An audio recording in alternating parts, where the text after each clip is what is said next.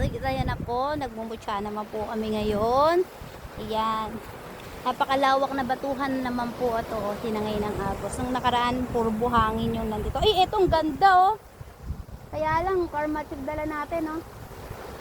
Ito, ganda. Laking kidlat, grabe. Ito, kidlat to, oh, yan, oh. Ganda niyan. Mainit-init pa. Kaya ang vibration. Yan. Dahil na, laki. Patulis talaga, ganda. Sobrang laki nga lang. Oo. Laki eh. Sobrang laki.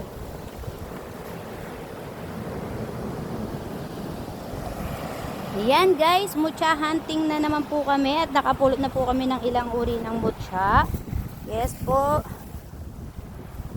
Mutya reveals mamaya. Tagal-tagal na panahon din po kami hindi nakapagmutya guys.